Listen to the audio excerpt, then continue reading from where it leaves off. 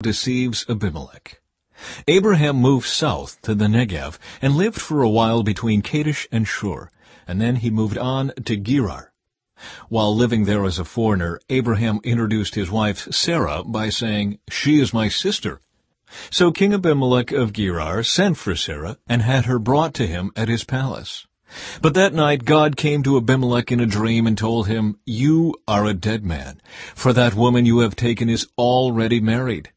But Abimelech had not slept with her yet. So he said, "Lord, will you destroy an innocent nation? Didn't Abraham tell me she is my sister?" And she herself said, "Yes, he is my brother. I acted in complete innocence. My hands are clean." In the dream, God responded, "Yes, I know you are innocent. That's why I kept you from sinning against me and why I did not let you touch her. Now return the woman to her husband, and he will pray for you, for he is a prophet. Then you will live. But if you don't return her to him, you can be sure that you and all your people will die." Abimelech got up early the next morning and quickly called all his servants together. When he told them what had happened, his men were terrified. Then Abimelech called for Abraham. "What have you done to us?" he demanded. "What crime have I committed that deserves treatment like this, making me and my kingdom guilty of this great sin? No one should ever do what you have done. Whatever possessed you to do such a thing?" Abraham replied, "I thought, this is a godless place. They will want my wife and will kill me to get her. And she really is my sister, for we both have the same father, but different mothers. And I married her. When God called me to leave my father's home and to travel from place to place, I told her, 'Do me a favor. Wherever we go, tell the people that I am your brother.'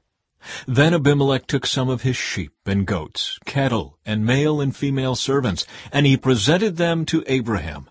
He also returned his wife Sarah to him. Then Abimelech said, 'Look over my land and choose any place where you would like to live.' And he said to Sarah, 'Look, I am giving your brother 1,000 pieces of silver in the presence of all these witnesses. This is to compensate you for any wrong I may have done to you. This will settle any claim against me, and your reputation is cleared.' Then Abraham prayed to God, and God healed Abimelech, his wife, and his female servants, so they could have children. For the Lord had caused all the women to be infertile because of what happened with Abraham's wife Sarah. Chapter 21. The Birth of Isaac. The Lord kept his word and did for Sarah exactly what he had promised. She became pregnant, and she gave birth to a son for Abraham in his old age. This happened at just the time God had said it would. And Abraham named their son Isaac. 8 days after Isaac was born, Abraham circumcised him as God had commanded. Abraham was 100 years old when Isaac was born. And Sarah declared, "God has brought me laughter. All who hear about this will laugh with me. Who would have said to Abraham that Sarah would nurse a baby? Yet I have given Abraham a son in his old age." Hagar and Ishmael are sent away. When Isaac grew up and was about to be weaned, Abraham prepared a huge feast to celebrate the occasion. But Sarah saw Ishmael, the son of Abraham, and her Egyptian servant Hagar, making fun of her son Isaac. So she turned to Abraham and demanded, "Get rid of that slave woman and her son. He is not going to share the inheritance with my son Isaac. I won't have it." This upset Abraham very much, because Ishmael was his son. But God told Abraham, "Do not be upset over the boy and your servant. Do whatever Sarah tells you, for Isaac is the son through whom your descendants will be counted. But I will also make a nation of the descendants of Hagar's son, because he is your son too." So Abraham got up early the next morning, prepared food and a container of water, and strapped them on Hagar's shoulders. Then he sent her away with their son, and she wandered aimlessly in the wilderness of Beersheba. When the water was gone, she put the boy in the shade of a bush. Then she went and sat down by herself about 100 yards away. "I don't want to watch the boy die," she said, as she burst into tears. But God heard the boy crying, and the angel of God called to Hagar from heaven, "Hagar, what's wrong? Do not be afraid. God has heard the boy crying as he lies there. Go to him and comfort him, for I will make a great nation from his descendants." Then God opened Hagar's eyes, and she saw a well full of water. She quickly filled her water container and gave the boy a drink. And God was with the boy as he grew up in the wilderness. He became a skillful archer, and he settled in the wilderness of Paran. His mother arranged for him to marry a woman from the land of Egypt. Abraham's covenant with Abimelech. About this time, Abimelech came with Phicol, his army commander, to visit Abraham. "God is obviously with you, helping you in everything you do," Abimelech said. "Swear to me in God's name that you will never deceive me, my children, or any of my descendants. I have been loyal to you, so now swear that you will be loyal to me and to this country where you are living as a foreigner."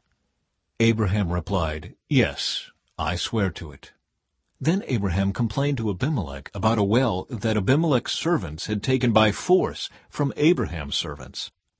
"This is the first I've heard of it," Abimelech answered. "I have no idea who is responsible. You have never complained about this before." Abraham then gave some of his sheep, goats, and cattle to Abimelech, and they made a treaty. But Abraham also took 7 additional female lambs and set them off by themselves. Abimelech asked, "Why have you set these 7 apart from the others?" Abraham replied, "Please accept these 7 lambs to show your agreement that I dug this well." Then he named the place Beersheba, which means well of the oath, because that was where they had sworn the oath. After making their covenant at Beersheba, Abimelech left with Phicol, the commander of his army, and they returned home to the land of the Philistines. Then Abraham planted a tamarisk tree at Beersheba, and there he worshipped the Lord, the eternal God. And Abraham lived as a foreigner in Philistine country for a long time.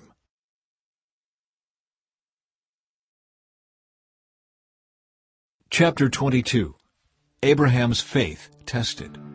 Some time later, God tested Abraham's faith. "Abraham," God called. "Yes," he replied, "here I am." "Take your son, your only son, yes, Isaac, whom you love so much, and go to the land of Moriah. Go and sacrifice him as a burnt offering on one of the mountains, which I will show you." The next morning Abraham got up early. He saddled his donkey and took 2 of his servants with him, along with his son Isaac. Then he chopped wood for a fire for a burnt offering and set out for the place God had told him about. On the 3rd day of their journey, Abraham looked up and saw the place in the distance. "Stay here with the donkey," Abraham told the servants. "The boy and I will travel a little farther. We will worship there, and then we will come right back." So Abraham placed the wood for the burnt offering on Isaac's shoulders, while he himself carried the fire and the knife. As the 2 of them walked on together, Isaac turned to Abraham and said, "Father?" "Yes, my son," Abraham replied. "We have the fire and the wood," the boy said, "but where is the sheep for the burnt offering?" "God will provide a sheep for the burnt offering, my son," Abraham answered. And they both walked on together. When they arrived at the place where God had told him to go, Abraham built an altar and arranged the wood on it. Then he tied his son Isaac and laid him on the altar on top of the wood. And Abraham picked up the knife to kill his son as a sacrifice.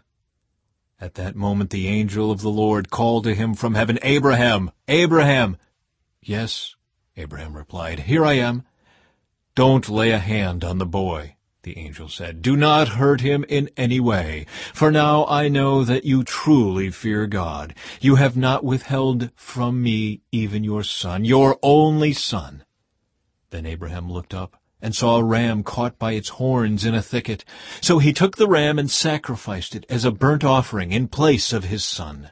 Abraham named the place Yahweh-Yireh, which means the Lord will provide. To this day, people still use that name as a proverb. On the mountain of the Lord it will be provided. Then the angel of the Lord called again to Abraham from heaven. "This is what the Lord says, because you have obeyed me and have not withheld even your son, your only son, I swear by my own name that I will certainly bless you. I will multiply your descendants beyond number, like the stars in the sky and the sand on the seashore. Your descendants will conquer the cities of their enemies, and through your descendants all the nations of the earth will be blessed, all because you have obeyed me." Then they returned to the servants and traveled back to Beersheba, where Abraham continued to live. Soon after this, Abraham heard that Milcah, his brother Nahor's wife, had borne Nahor 8 sons.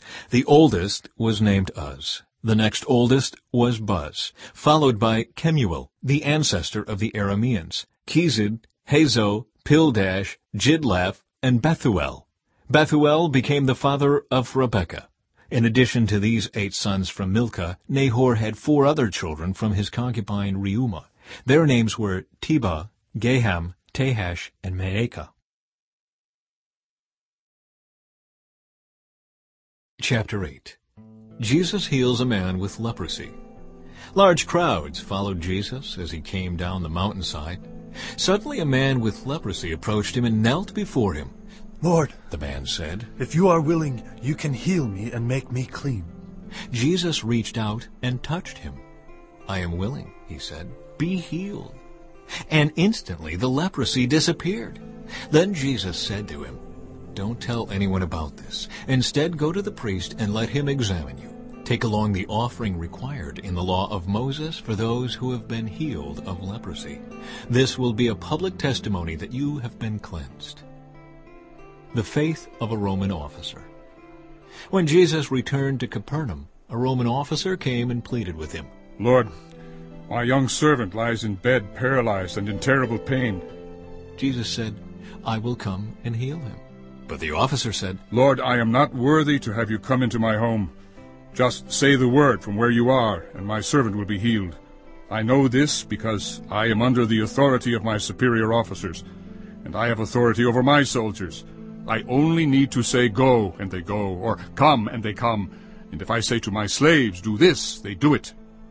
When Jesus heard this, he was amazed. Turning to those who were following him, he said, "I tell you the truth, I haven't seen faith like this in all Israel. And I tell you this, that many Gentiles will come from all over the world, from east and west, and sit down with Abraham, Isaac, and Jacob at the feast in the kingdom of heaven.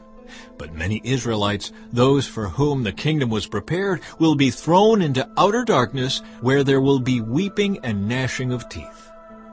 Then Jesus said to the Roman officer, "Go back home.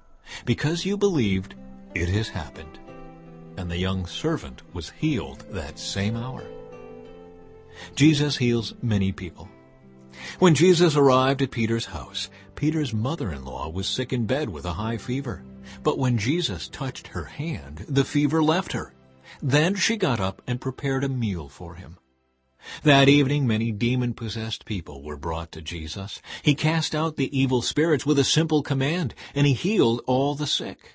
This fulfilled the word of the Lord through the prophet Isaiah, who said, "He took our sicknesses and removed our diseases." The cost of following Jesus. When Jesus saw the crowd around him, he instructed his disciples to cross to the other side of the lake. Then one of the teachers of religious law said to him, "Teacher, I will follow you wherever you go." But Jesus replied, "Foxes have dens to live in, and birds have nests, but the Son of Man has no place even to lay his head." Another of his disciples said, "Lord, first let me return home and bury my father." But Jesus told him, "Follow me now. Let the spiritually dead bury their own dead." Jesus calms the storm. Then Jesus got into the boat and started across the lake with his disciples. Suddenly a fierce storm struck the lake, with waves breaking into the boat. But Jesus was sleeping. The disciples went and woke him up, shouting, "Lord, save us! We're going to drown!" Jesus responded, "Why are you afraid? You have so little faith." Then he got up and rebuked the wind and waves. And suddenly there was a great calm. The disciples were amazed. "Who is this man?" they asked. "Even the winds and waves obey him." Jesus heals 2 demon-possessed men. When Jesus arrived on the other side of the lake in the region of the Gadarenes, 2 men who were possessed by demons met him. They lived in a cemetery and were so violent that no one could go through that area. They began screaming at him, "Why are you interfering with us, Son of God? Have you come here to torture us before God's appointed time?" There happened to be a large herd of pigs feeding in the distance, so the demons begged, "If you cast us out, send us into that herd of pigs." "All right, go," Jesus commanded them. So the demons came out of the men and entered the pigs, and the whole herd plunged down the steep hillside into the lake and drowned in the water. The herdsmen fled to the nearby town, telling everyone what happened to the demon-possessed men. Then the entire town came out to meet Jesus, but they begged him to go away and leave them alone.